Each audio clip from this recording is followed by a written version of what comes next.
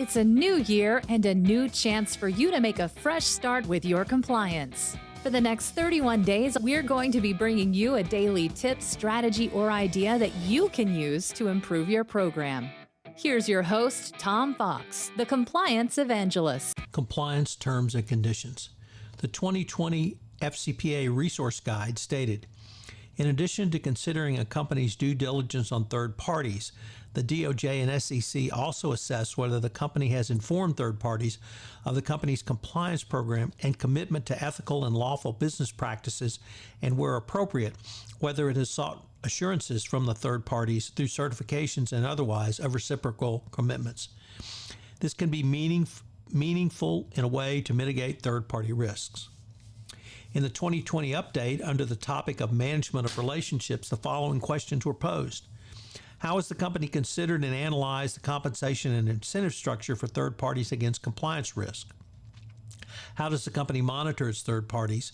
Does the company have audit rights to analyze the books and accounts of third parties, and has the company exercised those rights in the past? How does the company train its third-party relationship managers about compliance risk and how to manage them? You should incorporate compliance terms and conditions into every contract with third parties. I would suggest you prepare a template which can be used as a starting point for your negotiations. The advantages of such a template are several, and they include the contract language is tested against real events, the contract language assists the company in managing its compliance risks, the contract language fits into a series of related contracts, contract language is straightforward to administer, the contract language helps to manage the expectations of both the contracting parties regarding anti-bribery and anti-corruption. What are the compliance terms and conditions that you should include in your commercial contracts with third parties? Well, in the Panalpina DPA is found the following language. Where necessary and appropriate, Panalpina will include standard provisions in agreements, contracts, and renewals thereof with all agents and business partners that are reasonably calculated to prevent violations of anti-corruption law, which may depend on the circumstances. They include anti-corruption representations and undertakings relating to compliance with anti-corruption laws, rights to conduct audits of books and records of the agent or business partner to ensure compliance with the foregoing, and rights to terminate an agent or business partner as a result of a breach of anti-corruption laws. The Johnson & Johnson DPA had that language but added the following. Contracts with third parties are to include FCPA compliance terms and conditions, including representatives and undertakings of the third party to compliance, right to audit, and right to terminate. Some of the language you can further have are payment mechanisms to comply with the FCPA. The counterparty's obligation to maintain books and records accurately. The counterparty certifies on an annual basis that it has not made or offered a payment of gifts or anything of value. The company's right to audit.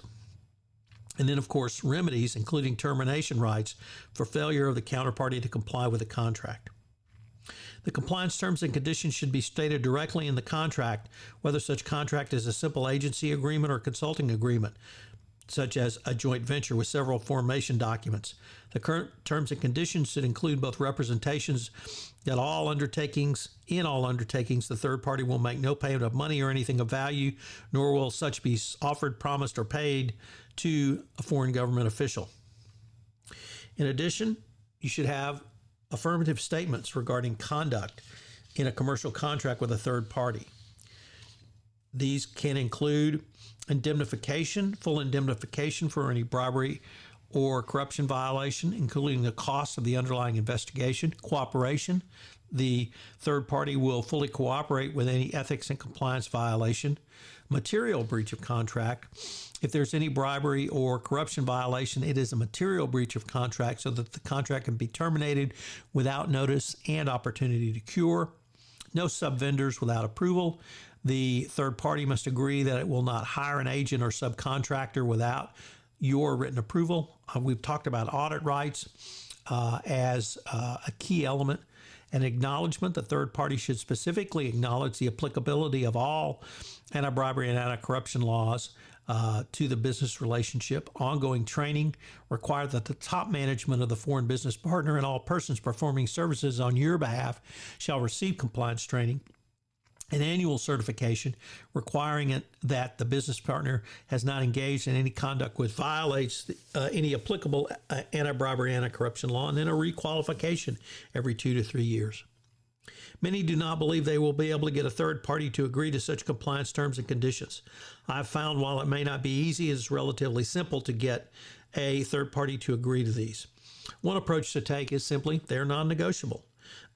When faced with such a position, many third parties will not fight, but there is some flexibility which you can use. The best position I have found is the third party agrees with these terms and conditions. It can be truly a market differentiator for them. So what are today's 3 key takeaways? Number 1, compliance terms and conditions are mandatory for any best practices compliance program. Number 2, if there is a key clause, it's the right to audit, and you have to exercise that right. So never forget to exercise it.